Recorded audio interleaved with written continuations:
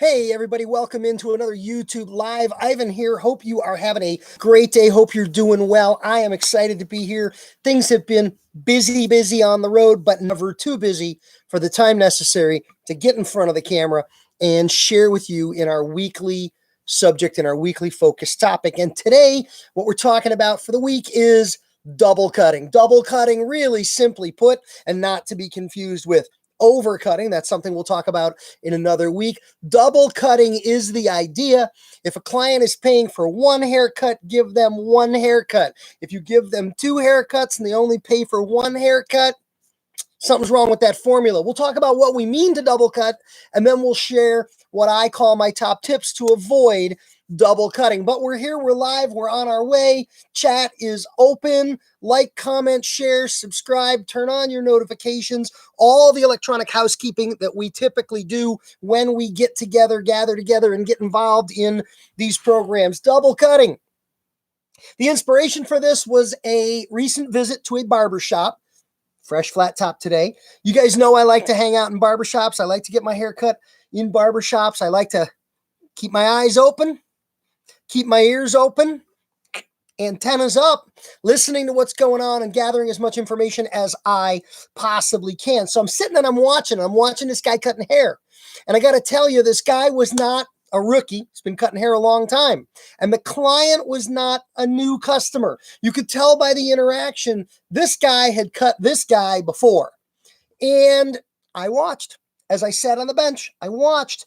Kid you not, this hair cutter cut this client 3 times. The man got up when he was done, paid for one haircut, but he got literally 3 full haircuts. Watching him cut, he cut the whole top of the haircut, moved around, cut the bottom and the back, came back in, cut the whole top of the haircut shorter, moved around, cut a little bit, came back in, cut the whole top of the haircut a 3rd time shorter yet. And again, it was my sense from what I was watching that I was not seeing 2 things. Number one, I was not seeing a hair cutter who was unfamiliar with this client's head. And I was not seeing a hair cutter who was stretching out the amount of time it took to do the haircut from a experiential or customer service perspective. Those things were not going on. I'm not sure why this was going on, but let's talk about avoiding double cutting. Let's only do one haircut for one price. I always like to use the car or the automotive analogy. If in your neighborhood you wanted to drive to your public library, you live in town, you know where the library is, you get in your car and you drive straight to the library. You don't go wandering around the neighborhood. You don't go someplace else. I want to go to the library. Now, I understand that maybe it's a beautiful day, the sun is shining, the birds are singing, and there's a great song on the radio. And we want to just enjoy the drive. That's different. But this is a very busy barbershop. It is a very low price barbershop that I was sitting in, and it's walk-in only, and these guys are all about moving the volume. And keeping that in mind, I can share that even if this hair cutter had cut this haircut just once, that would not have been an unacceptable duration of time for this hair cutter to spend with this client. So it's not as though there was and I'm absolutely attuned to the need to balance time and money and customer service and experience and perception. I talk about these things all the time in classes and programs. So double cutting, let's not do it. Here's 5 quick tips that I think can be valuable to any hair cutter to avoid double cutting. We still want to provide a quality customer service experience. We still want to deliver quality technical hair cutting, but we don't need to do more than one haircut for one customer. So start off with a plan. As I use the example of the library, if you didn't know where the library was, you would ask somebody, you would look it up, you'd use a GPS, but you wouldn't just aimlessly wander around the neighborhood hoping that at some point you'd bump into the library. You would have a plan of how to get straight to the library. So have a plan before you pick up your tools, before you start cutting any hair. Know where you're going and know how you're going to get there. Number 2 on the list, get confirmation. And this, I know, is a pet peeve for so many hair cutters. You got a waiting room full of people. You got a busy day. You got a client in your chair. You cut their hair And at the end of the haircut, when you think you're done, you hand them the mirror, they look around at it and they go, oh man, yeah, this is great. Could you make it a little shorter? Oh, how frustrating is that? So the idea is getting buy-in or confirmation earlier on in the haircut experience. I have a tip that I use in my efficiency program called cutting corners. We talk about put a blade on a clipper, bang off a little bit of the front corner where a client can see it, can feel it, touch it, and get confirmation. Say, hey, is that what we're going for on the sides?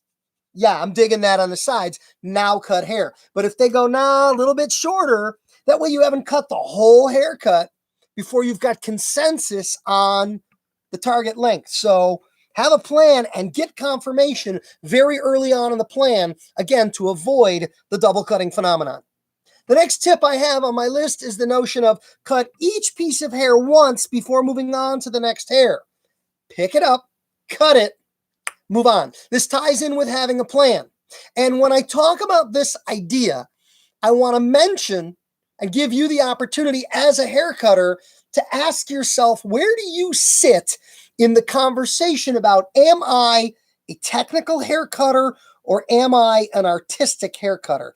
These are two very different approaches to the same end result. Give the guy a haircut. I always use as an example a previous coworker of mine. She used to cut right next to me. I had my chair, she's in hers. We shared some of the same customers, but when we took them to the same end haircut, but we went about it very, very differently. I am a very technical hair cutter. Pick it up, hold it, look at it, cut it, put it down and move on. She, on the other hand, was more artistic. Pick it up, hold it, cut it, drop it, look at it, hit it with a comb, push it around a little bit, look at it again, make a decision, cut it again. Even with clients that we'd served multiple times on a regular basis, she still took a very artistic approach to how's it behaving and laying today. Not a bad thing. Please don't misunderstand. I'm not speaking critically of artistic haircutting. I'm acknowledging the difference between artistic haircutting and more technical haircutting. It's not a good or bad thing. It's not a right or wrong thing. It's a difference. And difference is okay, but in the interest of avoiding double cutting, the more technical haircutting approach absolutely is going to be more efficient in that regard. I want to pause because we got a comment. Fish tips teach my students the same way. Cut front and ask. If they want it shorter, you can work from there instead of wasting time. Is that TK Neo? Totally agree. Absolutely on board with that. Makes perfect sense. Thank you for your comment and thank you for being here. Next on the list, number 4, again, comes out of the efficiency bucket. And I think, again, as an instructor, TK Neo mentioning working with students, this is the notion of pick up a tool, use it till you're done, put it down and don't pick it up again. That you get one shot with each tool on each haircut. So again, plan your work your plan. But if you pick up your high-powered rotary clipper with a detachable and you bang in the perimeter, put it down, don't pick it up again. If you pick up your scissors to layer the top, layer out the top, put it down, don't pick it up again. If you pick up a taper clipper to start tuning the edges, that's fine. You know your steps, you know your approaches, but the notion of use each tool once and don't go back to a tool you've already put down. Not only is that an efficiency tip, but it will definitely prevent you from double cutting. You can't go back. The Sim Architect. Yes, brand new flat top. Just got it knocked in this morning. I got a big event this weekend. I'm going to be out of town and got to show up looking sharp. So thank you for the compliment. Fresh flat top. Last on the list, number 5, cut the top first. This is a nod to the concept I've shared for so many years of what I call reverse blending. The idea, cut the top first to eliminate interior contributing weight, then taper up into the existing top. And I'll challenge you that you can avoid this double cutting phenomenon, that if you take the top to where you want to be, short enough, we shall say, initially, when you blend up and into it, there's going to be no reason to go back and revisit that top a second time. So these are my tips for avoiding that double cutting. The notion of one client pays for one haircut, cut it only once. I think it requires a little bit of haircutting experience to get good at this, a little bit of what we might want to call haircutting maturity, and that's not a bad thing. But I also think it's something that, as a haircutting professional with a conscious focus on, I think we can develop the skills to prevent us from the frustration associated with double cutting. That's my concept for today in today's live video. I appreciate you guys tuning in and being here. Kind of top first. TK Neo, if you're interested in that reverse blending concept, if you are on YouTube, are on my channel, and you put in reverse blending, I have more than a few videos that further explain and give you some detail on the concept associated with that. And not putting lines in you need to remove later. Well, I think that absolutely counts as a double cutting prevention tip and an efficiency tip. Sim Architect, yeah, let's not put the lines in. We don't got to take the lines out. Double cutting, not to be confused with overcutting. And that's just a little teaser. Not next week, but I think the following week, our subject of the week and the focus topic will be overcutting, understanding what overcutting is. We'll dig deep on that one. We'll talk more about that one. And I look forward to exchanging conversation here with the community. Remember, this post is live now, and it will go out in an email on a Thursday to be featured within the community.